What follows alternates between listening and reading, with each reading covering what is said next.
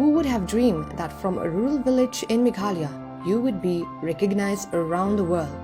Sambolang Rinja, a 6-year-old from Maukenrao, is a fine example of how if you have talent, the world will notice you no matter where you are.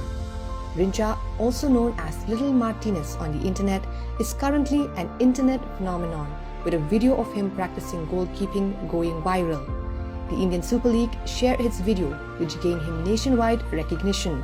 But what will be embedded in the young 6-year-old's mind and heart forever is when FIFA World Cup winner and Golden Gloves winner of the 2022 World Cup, Emiliano Martinez, shared the same clip on his Instagram account, gaining global attention.